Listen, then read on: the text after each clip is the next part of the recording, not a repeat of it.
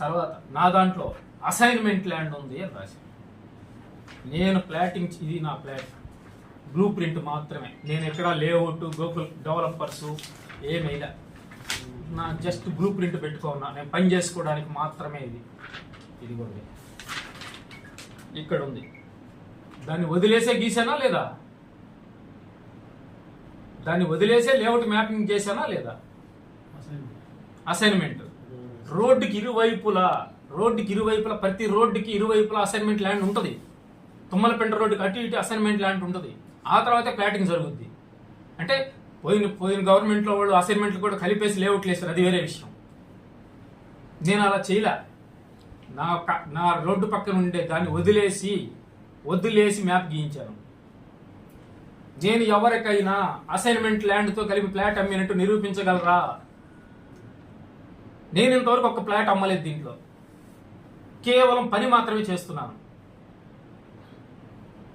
పూర్తి అనుమతులు వచ్చిన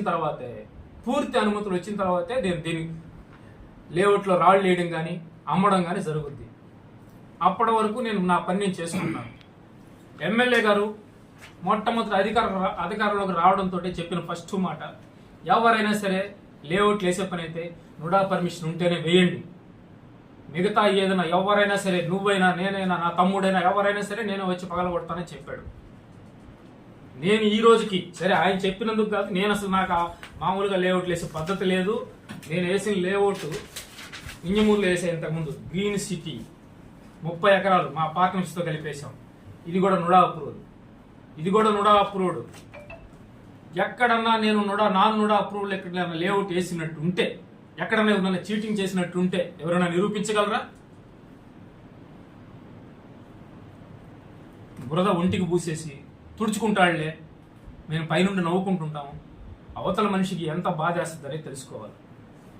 నేను వేసిన ఇది ఒక్క లేఅవుటే వింజమూరులో వేసాను. ఇది కూడా 100% నుడా లేఅవుట్. అన్ని 30 ఏకర్స్ లేఅవుట్ వేసాం. ఇప్పటివరకు కావాలో నేను నాన్ నుడా అంటూ ఒక లేఅవుట్ వేయలేదు. అసలు లేఅవుటే వేయలేదు. వేసే లేఅవుట్ ఇదే. ఎమ్మెల్యే గారు చెప్పినా చెప్పకపోయినా నేను వేసేది నుడా లేఅవుటే. దాంట్లో ఒక్క అంకణం నేను అసైన్మెంట్ ఉన్నా, పంట కాలంలో ఆక్రమించున్నా, ఇంకేదైనా ల్యాండ్ ఆక్రమించున్నా దేనికైనా సిద్ధం.